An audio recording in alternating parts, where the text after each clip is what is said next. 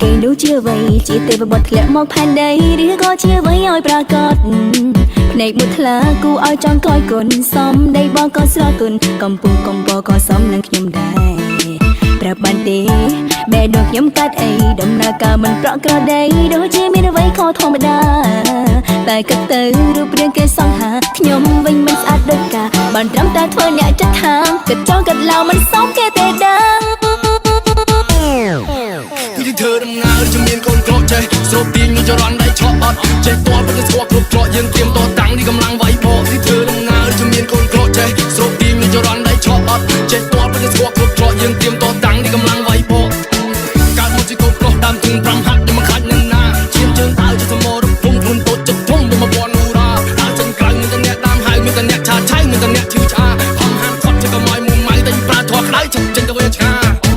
ចិត្តជាទៅហ៊ានមានកណិតដូចជាមេតបសុកចិត្តស្រក់ឈាមយកមកខ្លាចគ្រាប់ពួកណាដល់វាចង់ឈ្លានពានពួកណាចង់បៀតបៀនស៊ូស្លាប់យកមកខ្លាចងាប់ជាទៅហ៊ានមានកណិតដូចជាមេតបសុកចិត្តស្រក់ឈាមយកមកខ្លាចគ្រាប់ពួកណាដល់វាចង់ឈ្លានពានពួកណាចង់បៀតបៀនស៊ូស្លាប់យកមកខ្លាចងាប់មុខរៀងមើងមាត់តាំងពីតូចខោភ័យតែមិនចេះខលខូចចង់សាកទៅក្រៅមួយដូចមកមួយស្មើឲ្យមញ្ញាអញមញយមុខរៀងមើងមាត់តាំងពីតូចខោភ័យតែមិនចេះខលខូចចង់សាកទៅក្រៅមួយដូចមកមួយស្មើឲ្យមញ្ញាអញមញយកើតជាមនុស្សក៏មិនចេះមុខសារកឃើញស្នេហ៍ប៉ុន្តែគឺនៅចិត្តនេះស្គាល់គេមិនបាន5នាទីខ្ញុំក៏ស្រឡាញ់គេទៅហើយទុំនេះយើងក៏និយាយគ្នាចំការញ៉ាំបាយជាមួយគ្នាអ្នកចិត្តខាងអូនអ្នកនេះលងស្នេហ៍ហើយរកឃើញស្នេហ៍ប៉ុន្តែគឺនៅចិត្តនេះតែថ្ងៃមួយយើងត្រូវបាច់គ្នាចោលទីដែលយើងធ្លាប់មានក្តីសុខអូនឈរមើលរបងយើងធ្លាប់ឈរឆ្លើយឆ្លងគ្នាទាំងថ្ងៃយប់អូននឹកអ្នកចិត្តខាងម្នាក់ដែលបាត់មកតើពេលនេះបងនៅទីណា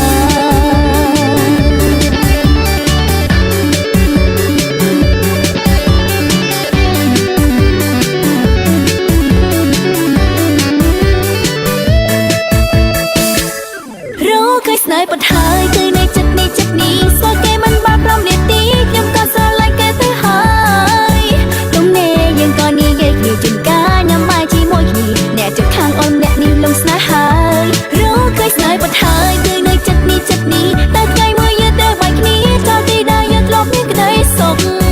អូនឈរមើលរបងយើងធ្លាប់ឈរឆ្លើយឆ្លងគ្នាទាំងថ្ងៃយប់អូននឹកអ្នកចិត្តខាងម្នាក់ដែលបាត់មកតើពេលនេះបងនៅទីណា